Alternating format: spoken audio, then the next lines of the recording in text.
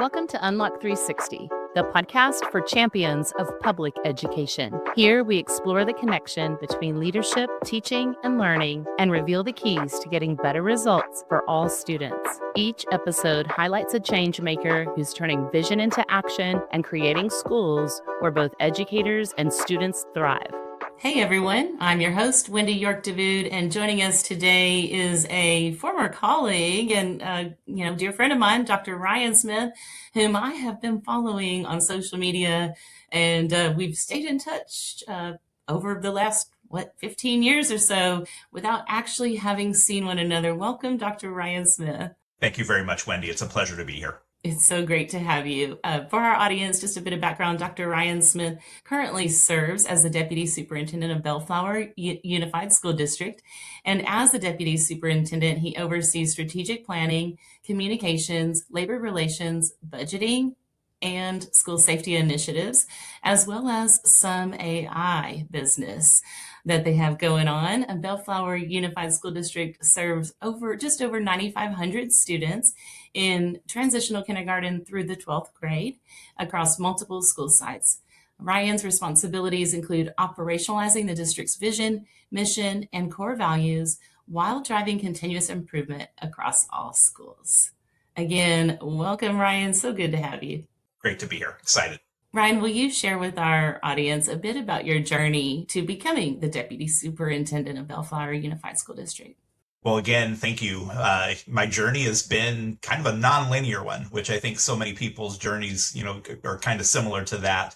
I really started, working with students or young people when I was actually 18, 19. I grew up in the Bay Area and went to college in San Diego.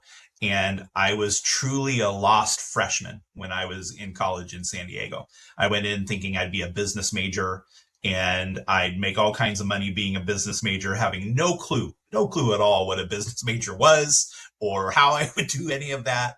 But that was the plan, because that was the plan for so many, of the students I went to school with. And I was just completely lost. I didn't know what I wanted to do, where I wanted to go, how I wanted to do it. But one thing that had always meant a lot to me when I was in high school and when I was growing up was basketball. I played basketball in high school, loved it. Part of me always kind of wanted to be a basketball coach. So in college, I hung around the basketball gym and I got to know the coaches there. And since we're in March Madness season, one of the assistant. About to ask that. Yeah, so it's good timing. It all connects. One of the assistant coaches there is a gentleman named Randy Bennett, who's now the head coach at St. Mary's College up in the Bay Area. And he got to know me, I got to know him, and he said, look, if you love basketball, what do you think about coaching? And I thought, yeah, that would be something really great. And he took time to call a local high school coach who he thought might need some help or could use some assistance, and made the connection. And next thing I know, I'm coaching spring basketball, the spring basketball league at that time for the high school in the area where I had some family, and I fell in love. It was just immediately, I knew what I wanted to do. I wanted to be a coach, but I didn't know quite how to be a coach. Like to be a coach in a high school, you also need to be a teacher. Yeah. And so through my experience as a teacher, as a coach, my mentor spent a lot of time saying, look, if you really love this, you got to be a great teacher, because great coaches are great teachers. And that's 100% true. And so he said, what's your major? And I said, business. And he says, look, we're not hiring business teachers. There's not a lot of business teachers in high schools. There's usually one, and they're not in the neighborhood of retiring ever. What else are you interested in? And I said, well, I like history. And he goes, nope. There's a million history teachers, and they're all coaches. So he said, I think you need to focus in on science, math, or special ed. And I thought of the three of them. I thought, I don't really love any of those, but I was always pretty good at math. So I switched my major to math. And that was the best advice that I ever got, because having a math degree opened up so many doors for teaching and coaching and other doors as well. And so I taught and coached basketball in the San Diego area for a number of years, eventually coached varsity. And I always wanted to do a little bit more. And so I became interested in administration. And a principal of mine gave me a break where he allowed me to kind of spend some time out of the classroom serving as an acting assistant principal. He gave me a radio, and a radio is a big deal. I got the radio, I'm listening in on what's going on campus.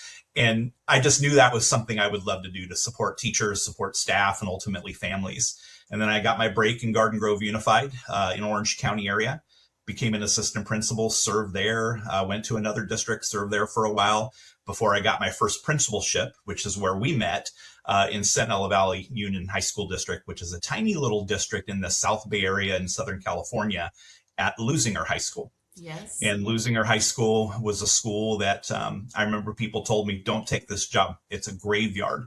No one has ever been able to improve things at Leuzinger. You won't either.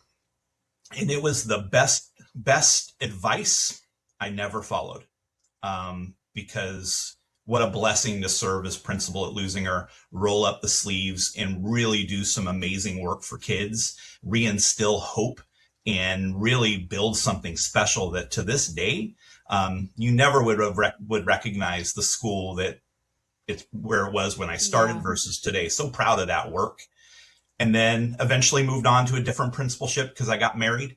And so I had to move a little closer to home, and then loved that. And then eventually served as an assistant superintendent here in a local district called Paramount Unified School District, where I had the opportunity to do a lot of things at the secondary level. But one thing I'm most proud of is opening up a small, innovative STEM focused high school called Odyssey STEM Academy as an alternative to the only model at that time was the traditional comprehensive high school. Okay. So it was great to lead that work. And then I was able to serve as superintendent in a small district in Southern California called Monrovia Unified School District, and really loved that experience and loved that opportunity. Led their strategic plan, helped get a bond passed, the largest bond in district history, did a lot of great work there. But I always felt like the community where I'm serving now in Bellflower has always been home. I've served in Paramount next door, Norwalk La Mirada next door, and Bellflower now. And this community is truly where I love being. And I get to serve as deputy superintendent in a wonderful district with a tremendous superintendent and a great board. So I'm really, really thrilled to be here and really thrilled about how things have turned out for me. And I guess the one thing I would say is that I've been very lucky that throughout my career, I've been able to focus everything I can on helping kids achieve higher and higher levels and reach their potential. That's so awesome. And there were a few things there that I'd love to speak to. I guess first, I'm thinking about your journey to becoming an educator and how it's almost the opposite of mine. So I started out wanting to be a teacher, and then I got nervous about, being able to, I started to learn like how much it costs to, make a living and to take care of my own, bills and finances. And I just got nervous about, was I going to be able to do this on my own? And thinking, well, what if if I don't have a partner, I don't know if I can make this work. And so I shifted my major to business midway through, graduated with a bachelor's in business administration with an emphasis on marketing. My first position, I wanted it to be in advertising. Like I was going to get to design these fun things. And, that position comes with like a year-long unpaid internship. So I wasn't able to afford that. Actually, a first-generation college graduate, or at least four-year college graduate. And so, anyways, I took a position as a recruiter and was, almost like a headhunter, placing folks. And I did that in a couple different companies, and I realized that I wasn't fulfilling my passion. Like I was just having just going through the motions, having a job, and I really wanted to. I just really wanted to teach. So I went back to school to get what I needed to get done to become a teacher. So almost like opposite paths there. Yeah, that's fascinating. And you're right. I mean, kind of in parallel, but just exactly the opposite. I mean, so that's and it's fantastic that you went back. You realized where your calling was and you went back to fulfill it. That's what life's all about. Yeah, I just decided that that I would figure it out. I'll figure it out when it comes to, making a living and the, managing the salary and the bills and all of that stuff. And I just needed to be happy. And so best decision I ever made. Well, that happiness is so key. If you're not happy with what you're doing, you should do something else. And that's such a hard choice for folks. Sometimes it's a choice that can't be made. But I'm a believer in, we're blessed to live in an amazing country. We can always reinvent ourselves. We always have the ability to pivot, to change direction. There's ways to do that. And, if you're not happy doing with something that you're doing, find something else that makes you happy and go do that. Life is too short to do anything but. Yes, indeed. And, I'm also thinking about you shared that you got married and wanted to be closer to home. Ryan, I believe I remember like coming to your school to work with a group of teachers one day and like you just being lit up. And, few high school principals would greet me each time I, went to their school, but you were one of the ones that always did. Made sure that, I had what I needed, that things were lined up for the day, checked in with me before and after working with your teachers. And that day, I think you must have been at Leuzinger when you proposed. I just feel like I remember either you being really excited about having met someone or about having proposed. I just remember you lighting up. Well, it's amazing you remember that. Truly, you've got a great memory. Yeah, I met my wife while I was principal at Leuzinger High School. We met online through Match.com. I don't even know if Match.com exists anymore. Maybe it does, maybe it doesn't. Yeah. And so, there's some dispute about who reached out to who on Match.com. I know it was my wife that reached out to me, but she tells a different story. And I was all set to move to the area where I was principal. I was all set to move because I live in Orange County. And I was doing a pretty long commute from Orange County to the South Bay. Oh, we had that in common as well We now. absolutely Okay. did. Uh-huh. And I remember I had a place picked out. I had a deposit on an apartment. I was ready to move. And after one date with my wife, I thought, I need to see where this goes. So I said, I canceled all that. I'm not moving. I need to see something in my gut and my heart that you need to see where this goes. And Yeah. now almost 14 years later, I'm married to the love of my life. And That's so I love my wife awesome. very much and my best friend, and she's just been so incredible, and I love her a lot. And that was interesting because we earlier before this podcast we talked a little bit about life and journeys and where things take you. Yeah.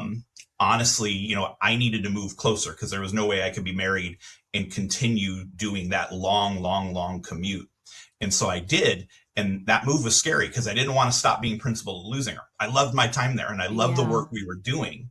But I had to move personally just because it wasn't the right life choice to keep doing that commute. But that move, while scary, opened up so many doors. And honestly, I met so many people along the way who helped me get to the seat that I'm in today. That, life has a plan. We talked about earlier that, you don't always know why things happen, but you have to have some faith that things happen for a reason, Right. because they do. The universe and God finds a way for people, and, you just sometimes have to trust. Yeah, speaking of that, now that you share that story with me, so my memory must be okay, but I don't know that it's that great because I forgot that part. But I think that's what inspired me to try Match and Match.com. Now, it didn't work out for me as it did for Oh, you, sorry. Ryan. That's okay, because it worked out for the way it was supposed to work out. And years later, I met my husband now, and we just celebrated 7 years in October. So I Uh, guess we're halfway to 8 now. So yeah, thank you. Thank you.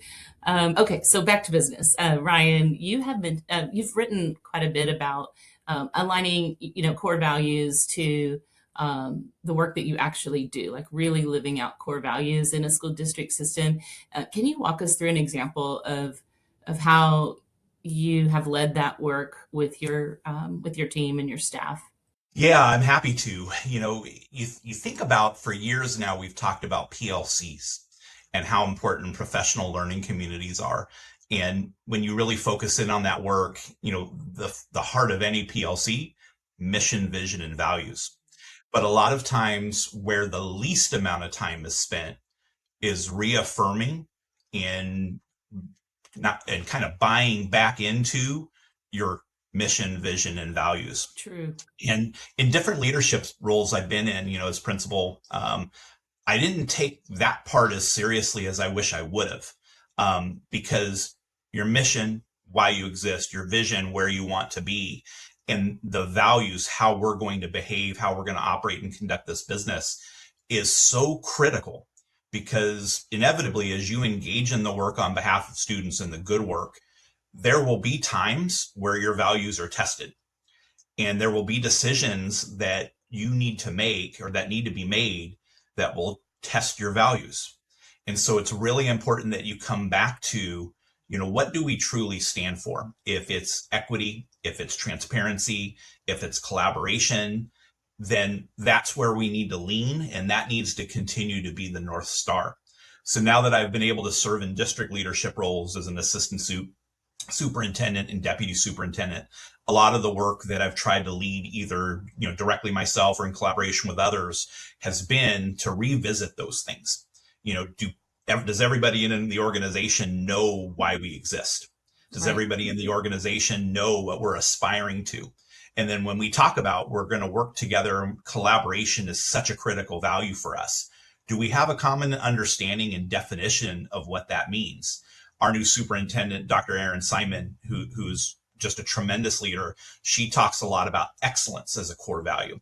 And so here in Bellflowers, we're leading the work, and I'm kind of engaging, leading the process to revisit our core values. Excellence is one of them, but what's critical is defining what excellence means to us. Yes. Okay. So is this, are you doing this now? Are you all working now to re-engage with, redefine your core values as an organization? We are. We have, we're working with a partner on this work to bring to that. We brought together what we call our guiding coalition. Okay. And our guiding coalition is 40, 50 people from across our district and community. We have teachers, counselors, principals. We have classified staff. We have our, the religious faith community. We have representatives from colleges. We have business representatives, all coming together to create what we call a learner profile. In other words, that learner profile is when we hand a diploma to a graduate, what are we guaranteeing? When a student transitions from 5th to 6th grade or from 8th grade to 9th grade, what are we guaranteeing that student possesses in knowledge, skills, and dispositions? But you can't have a learner profile if it's not built on the foundation of mission, vision, and values. Part of our guiding coalition, we have 2 board members that are representing the entire board. Fantastic. Okay. And it is fantastic. And we have such a great board because their buy-in and their support of this process is tremendous and so important, because together we're one school community.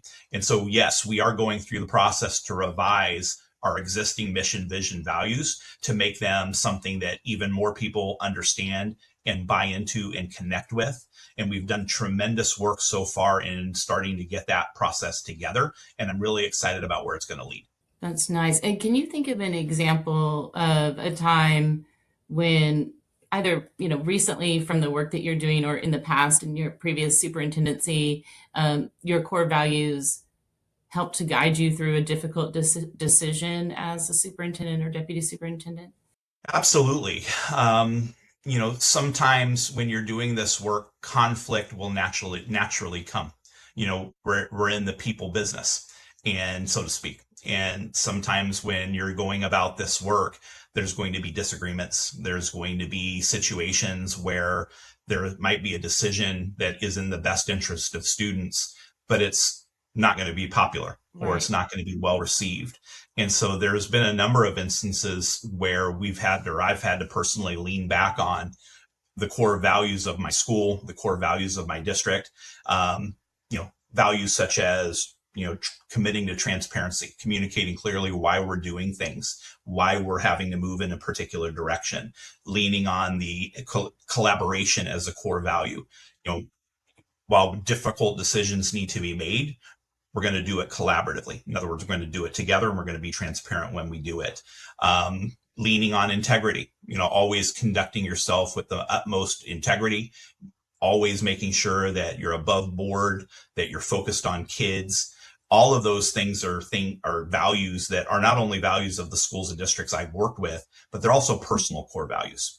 And so for me, as I've been tested in, personnel matters that have come up, or budget matters that have come up, or a difficult decision to make a change to a program or a change to personnel in a program, for me, it's always been good to lean back on, well, if we say we're about students first, or if we say we're about excellence, or we say we're about a collaboration, then this is what we have to do to make sure, and how we have to do it to be able to move ourselves forward so we can be better and reach new heights. Yeah, I love that your guiding coalition has so many, like people from so many different so many different stakeholders are part of that. I really think that's huge. And having all those voices at the table to work through this together. And I hear you, I think especially when it comes to, matters of personnel, maybe finance, like there can be some really difficult decisions that have to be made, and having something that you can lean on that not only the district and the community values, but also that aligns with your own personal value is huge. Well, it's the North Star. I mean, it's true north when you're lost. Always go back to your values. And over time, that will be tested. Um, that's just the nature of work. It's just the nature of what we do, especially if you're a reform oriented person or you're a reform oriented leader. You will be tested, which is why it's really important, to have organizational values that people understand, but also as a leader to have your own internal values that you're not going to compromise on is just as critical. And so I've always felt, and I always have believed in, a kind of my own core set. And I feel very good saying, yeah, I've never had to compromise them, and I never will. That's fantastic. Ryan, so as a district then now, where you are now here in Bellflower, how are you all focusing? Is that because you use the phrase North Star, is this work how you're focusing your direction? Can you tell us a little bit about that? Like, where are you headed as a district? Well, absolutely. So, one of the reasons why I'm so excited about the Guiding Coalition and the work towards the learner profile is that really is going to be our path to what we call our framework for the future. So essentially, that's going to be our pathway as we really engage in taking what's happening. And there's great things happening in Bellflower Unified, but taking that to a whole other level and really building on that foundation to reach new heights. And so thinking about in terms of competencies and profile outcomes or learner outcomes is so critical. So for example, in our district, we really want our students, for example, to be innovators. To keep that from being a fancy word on a poster Right. or a fancy word in a report, you really have to be thoughtful about, all right, well, what does it mean to be an innovator? Right. What does that really look like?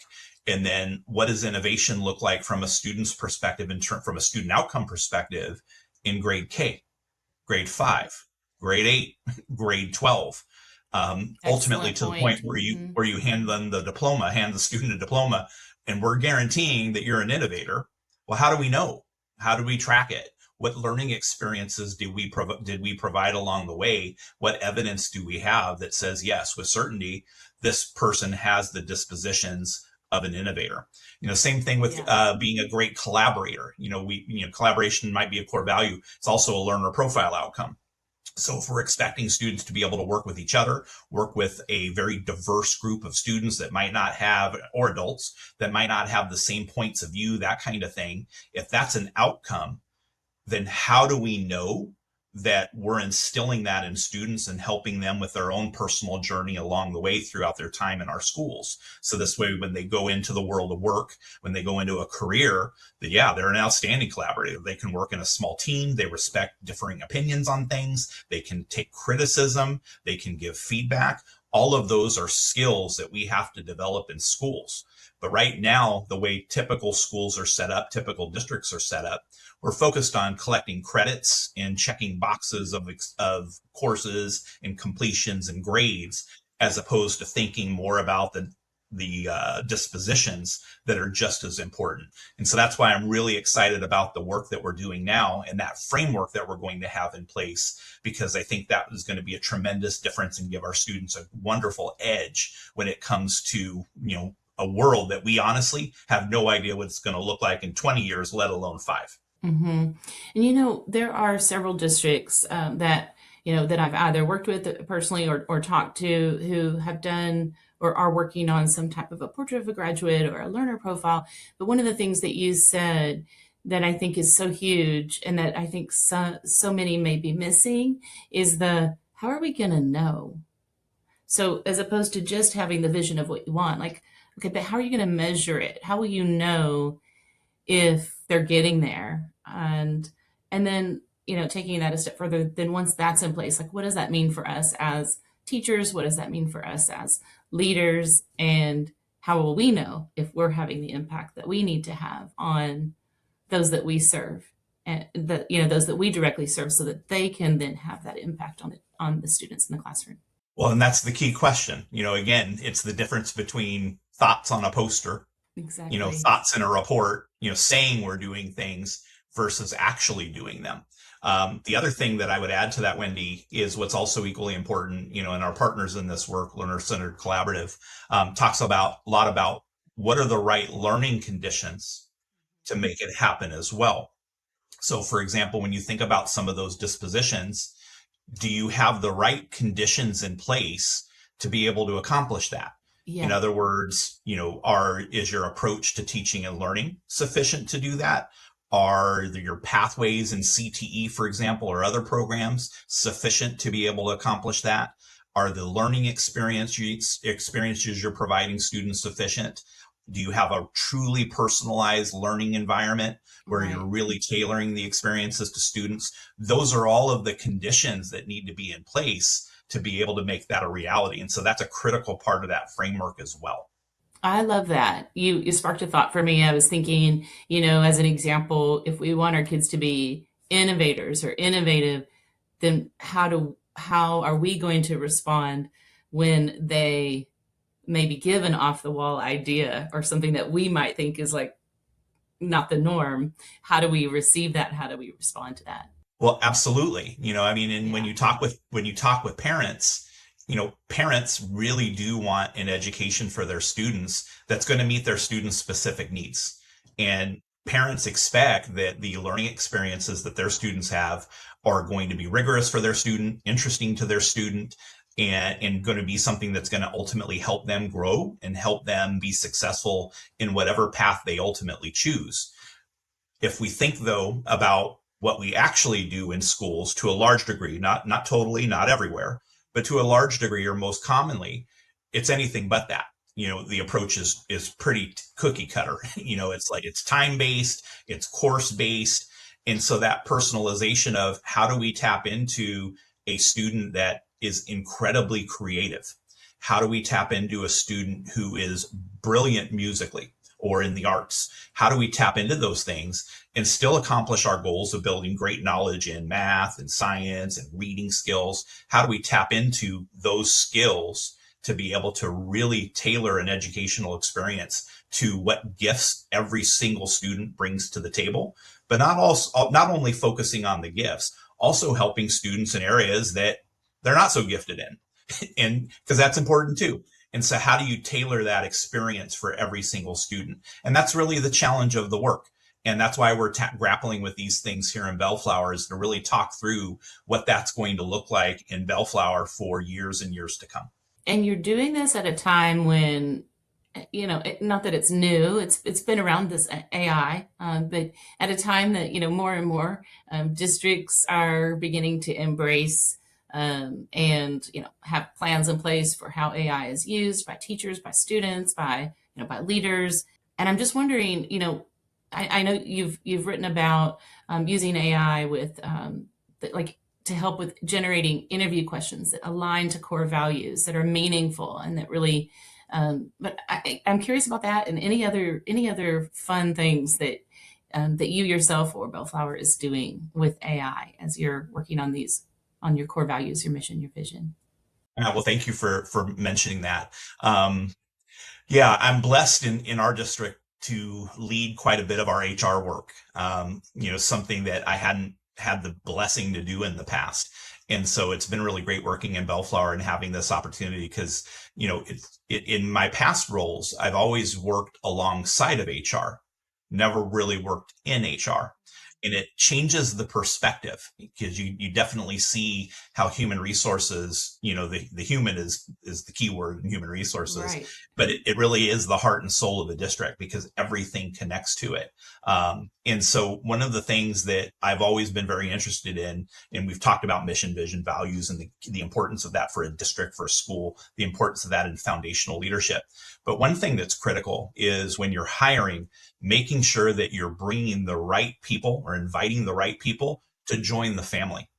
And that's tricky, because you think about a standard interview process or a typical process. You might have an interview, you might have 2 or 3 interviews, you might do some background check, reference checking, but in the end, you're taking a chance on a hire. Yeah. You hope, you think, you do it with confidence, but you don't truly know, will that person be a match? Will that person be a great teammate?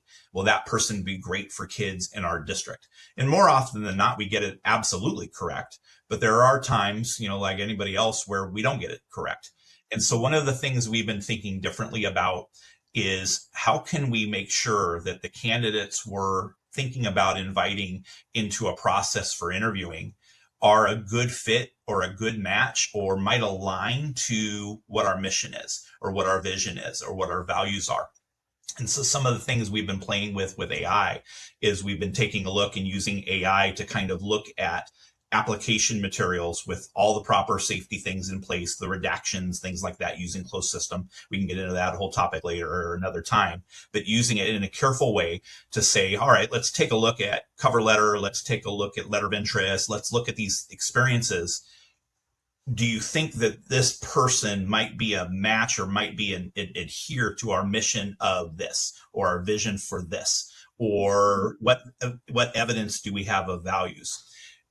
Sometimes that's tricky to glean from an application. So then fast forwarding, when you bring an actual applicant in, thinking differently about our questions to really get at, this is somebody that believes in the work we're engaging in. This is somebody that has clearly demonstrated over their career that they share our commitment to continuous improvement. Or this is somebody that is clear, is a great collaborator, and that's what we're looking for and expecting. And so AI is really exciting because it can be a tool that districts use to really help that work along and kind of tailor some of those things together. Yeah, I can see that. And the article that you wrote provided excellent examples of just, from even the prompt that you put in to what it did for you to get you started. Ryan, where could someone go if they would like to read about that specifically, or even some of the other recent articles that you've written? Well, thank you. My website is probably the best place for all of that, www.ryandsmithedd.com. I'm also on LinkedIn. I'm pretty active there, Ryan D. Smith, EDD. So those are the best places to engage. I am on X, same handle, Ryan D. Smith, EDD. Between my website and LinkedIn, those are probably the 2 places to engage the most. Okay, and will you share what the D stands for? My middle name, Douglas. Douglas, okay. Yep, Ryan Douglas Smith. I love that. I'm a names person. Our dogs have multiple names. We've got Minnie, Minerva, Michelle, Mumu, York Davoud. That's one dog. Oh, wow. And you see, I go by 4 myself. So I like that D in there. I have never noticed that. Well, there's a lot of Smiths. That's number 1. And then there's a lot of Ryan Smiths. And so I learned early on, it's actually a funny story. I got a report card in high school that wasn't my report card. Oh, no. And it was for a different Ryan Smith in the same high school. And it was these amazingly difficult courses with all these incredible grades and like all A pluses. And I was a freshman. And I remember my mom and dad going, hey, wait a minute, you're taking what? Yeah. And you're killing it. And they took a clue. It wasn't me. It was Ryan C. Smith. Oops, and so ever since that experience, I've used the D. And by the way, you mentioned dogs. We're dog lovers as well. And our dog's got a billion names. His name is Quentin Bear Smith. Okay, I love that. Oh my goodness, this is great. I hope you share this episode with your wife. What an angel I'm sure she has been to you throughout your career. Speaking of that, just maybe a little personal note or professional note. If there's someone, an educator, a family member, or a leader, someone who's really had an impact on your career as a teacher or a leader in education that you'd like to shout out to or say thank you to, who would it be and why? Wow, thank you for the opportunity to do this. There's so many. So many people come to mind. I think one person I'd really like to shine a light on is my longtime mentor and dear friend, Dr. Ruth Perez. Dr. Perez is currently the Deputy Superintendent for Los Angeles County Office of Education. and she was my superintendent in Norwalk, La Mirada. She hired me to be Okay. principal at Norwalk High School, and she brought me over to Paramount with her to be her assistant superintendent. And honestly, I wouldn't be a deputy superintendent, and I wouldn't have been a superintendent if it wasn't for Dr. Perez's love, wisdom, assistance, belief in me. She's been fantastic. She's somebody that I can always count on to have the best advice. Sometimes sometimes the advice you don't always want to hear. Yeah. But honestly, she's just an incredible leader, and I have learned so much from her. And it's just a blessing to call her my friend and for all that she's done to me. So Dr. Perez is somebody I'd shine that light on in a heartbeat, and I am shining it on because she's wonderful. That is so special. Dr. Perez, I hope that you hear this. We work so hard, and I don't know that we always take the time to, really thank those that have made such a difference. And that was a beautiful dedication to Dr. Perez. Thank you, Dr. Smith. And it has been just a pleasure having you on the show.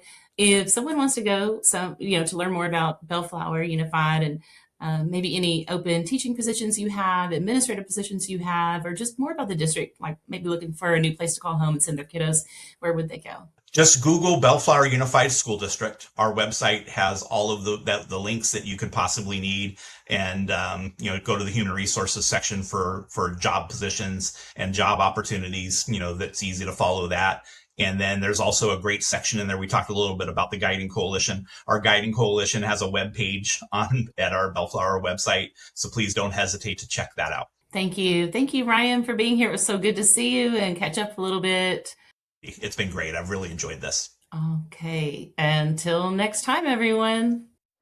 Thank you for joining us on Unlock 360. If this conversation sparked new thinking, share it with a colleague and keep the dialogue going in your school district. Public education is complex work, and progress happens when leadership and teaching move together. I'm Wendy York Davoud. Until next time, keep building the systems that unlock what's possible, because strong leadership drives deeper learning.